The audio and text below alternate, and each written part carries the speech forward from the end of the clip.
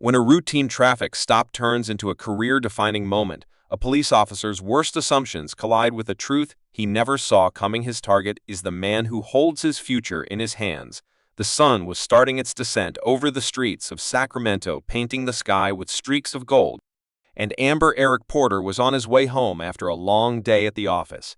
His sedan hummed softly as he adjusted the air conditioning, eager to shake off the day's stress. The radio played faintly in the background, a soothing antidote to the bustling city streets. He approached a yellow light, slowing down just as it turned red. That's when the blue and red lights erupted behind him, accompanied by the sharp blare of a police siren. Eric glanced in his rearview mirror, his brows furrowing slightly. He pulled over to the side of the road, rolling down his window as a police cruiser parked behind him. Out stepped Officer Bradley Larson, mid-30s, with a buzz cut and a badge gleaming on his chest. Larson adjusted his belt as he swaggered toward Eric's car, exuding the confidence of someone used to being in control. License and registration, Larson said curtly, his voice flat but laced with a hint of authority. Eric complied without a word, reaching into his glove compartment for his registration and handing over his driver's license. His movements were deliberate and calm, but he could feel Larson's gaze scrutinizing him, as if searching for a reason to dig deeper.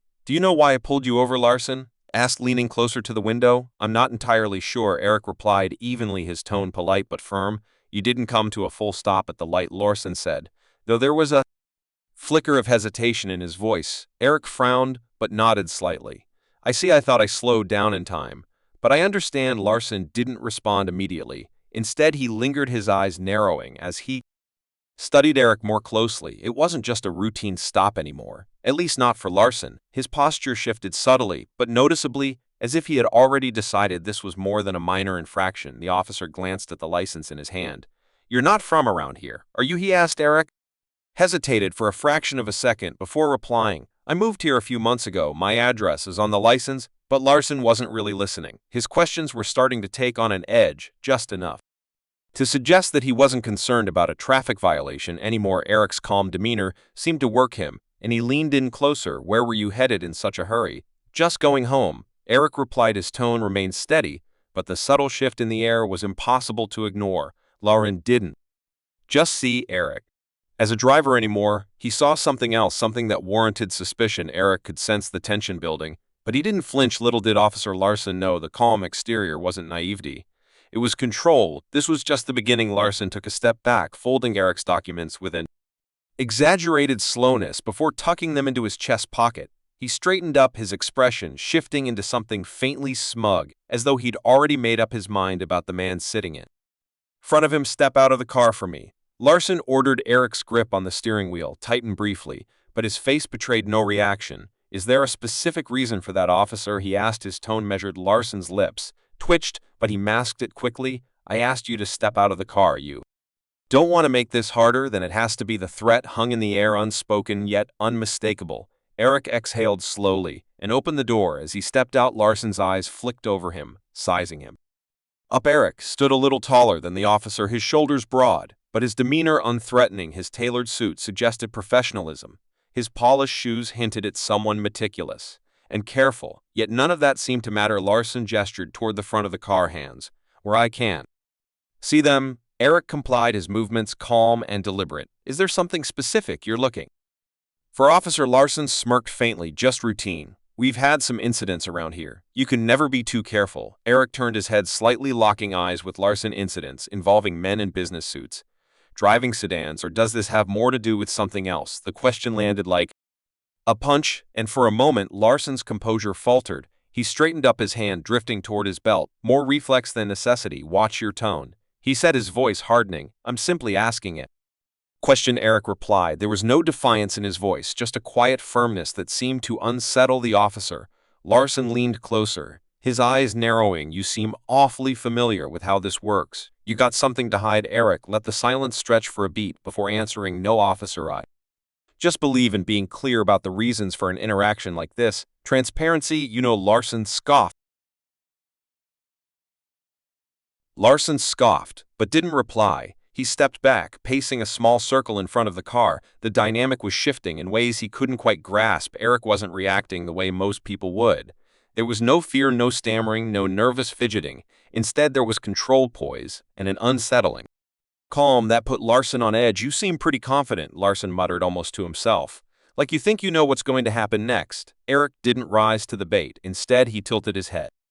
"Slightly confidence isn't the issue here, officer. Respect is." Larson froze for half a second before turning back to face him. The smoke was gone, now replaced by something sharper, almost defensive. He opened his mouth to reply, but the words didn't come out. Eric's composure was throwing him off balance, and he didn't like it. As the silence stretched, the tension between them felt electric, and Larson was starting to realize this wasn't going to play out the way he'd expected. But instead of backing down, he doubled down. The real test was about to begin. Larson tapped his fingers against the holster on his belt, his frustration barely concealed. He wasn't used to being challenged, especially not by someone who looked like Eric. His gaze flicked back to the sedan, as though searching for a justification he hadn't yet manufactured. "Turn around and place your hands on the hood," Larson said, his voice clipped. "I need to check for weapons." Eric raised an eyebrow. "Weapons?" He repeated, his tone incredulous but still measured. "Do I look like someone who's carrying a weapon?" Larson's jaw tightened, and for a moment his composure cracked. "I'm not going to ask you again." Eric hesitated, a flicker of something unreadable passing across his face. Then, without a word, he turned and placed his palms flat against the hood of his car. Larson approached, the crunch of his boots on the asphalt breaking the uneasy silence. The officer patted Eric down in quick, rough movements, his hands lingering a little longer than necessary. It wasn't just a search, it was an attempt to assert dominance, to provoke a reaction. But Eric didn't flinch, didn't stiffen, didn't so much as shift under that invasive scrutiny. "You're clean," Larson muttered. Stepping back, the admission sounded begrudging, like he was irritated that he hadn't found anything to justify his suspicion. Eric turned to face him, his expression calm, but his eyes sharp. "Of course I am," he said simply. "Now, officer, if you're done." "I'm not done," Larson interrupted, his voice rising slightly. The words tumbled out too quickly, betraying his need to stay in control. "You seem to know a lot about what I can and can't do. Care to explain why?" Eric folded his arms, his posture relaxed despite the tension crackling between them. "I've had my fair share of interactions with law enforcement," he said. "Let's just say I've learned a lot over the years." Larson's eyes narrowed. "That so you a lawyer or something?" Eric smiled faintly. Or something? The ambiguity in his answer seemed to irritate Larson further. He stepped closer, invading Eric's personal space, his voice dropping to a near growl. "Listen, you think you're smarter than me? Think you can talk your way out of this?" Eric met his gaze evenly, unflinching. "I don't think anything, officer. I just believe in fairness. And so far, I'm not seeing much of it here." The words hung in the air like a challenge, and Larson took the bait. "Fairness? You think fairness is what this is about? People like you? Always?" He stopped himself abruptly, the words lingering like smoke. Even though they hadn't fully escaped, Eric's expression didn't change, but something about his posture shifted, a subtle but unmistakable signal that he caught exactly what Larson had left unsaid. "People like me?" Eric repeated, his voice soft, but charged with meaning. Larson bristled, stepping back as if realizing he'd just crossed a line he couldn't uncross. "You know what I mean," he muttered, though his tone lacked the conviction it had moments earlier. "I think I do," Eric replied quietly. His calmness wasn't passive anymore. It was razor sharp, cutting through the pretense like a blade. "And I think we both know this interaction stopped being about a traffic violation a long time ago." Larson opened his mouth to respond, but the words didn't come. For the first time, he looked uncertain, like he wasn't entirely sure how to proceed. The balance of power was shifting, and for the first time, Larson was on shaky ground. But the moment of reckoning was still to come, and it would be one he'd never forget. Eric's voice broke the heavy silence, steady and unyielding. "Officer, it think it's time you know who I am." Larson's brows knitted, his irritation resurfacing. "I don't care who you are," he shot back, through the faint crack in his tone suggested otherwise. Eric reached into his pocket, his movements slow and deliberate.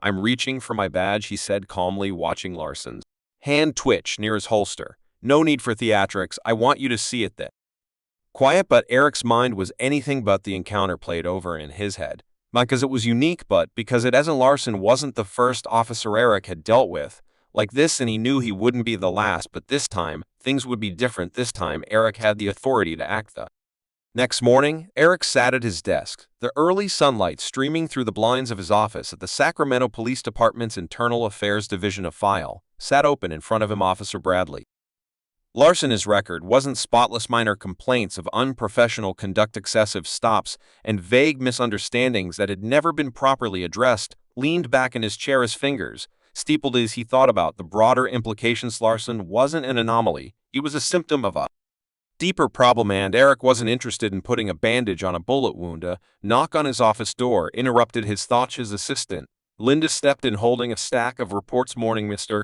Porter, we've got the summary on last month's misconduct cases. Also, Chief Daniels wanted me to remind you about the department review next week. Eric nodded, taking the files from her. Thanks, Linda. Can you also schedule a meeting with Chief Daniels for this afternoon? There's something I need to discuss with him. Linda hesitated, sensing the weight in Eric's tone. Of course, she said before slipping out of the room. Rick turned his attention back to Larsen's file. His focus wasn't just on the officer, this was bigger than one man and one interaction. It was about the culture that allowed someone like Larsen to feel justified in his behavior. If there was one thing Eric knew, it was that culture started at the top. Later that afternoon, Eric sat across from Chief Daniels in a conference room. Daniels, a seasoned veteran with salt and pepper hair and a no-nonsense demeanor, leaned back in his chair, listening intently as Eric recounted the traffic stop. It could have written it off as just another bad interaction, Eric said, his voice steady but resolute. But that would have been a mistake. Larsen's behavior isn't an isolated incident, it's a reflection of how much work we still have to do. Daniels rubbed his temples, exhaling slowly. This isn't the first time Larsen's name has come up, he admitted.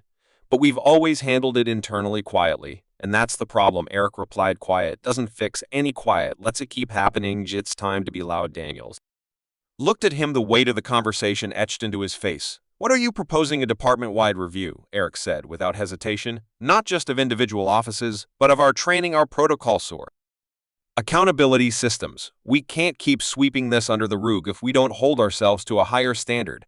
How can we expect the community to trust us? Daniels leaned forward, his hands clasped on the table. You're gonna ruffle some feathers with this, Eric said. Simply, it's about time someone did. The following weeks were a whirlwind of meetings, interviews, and reports. Eric worked tirelessly compiling data, speaking with officers, and holding public forums to hear directly from the community.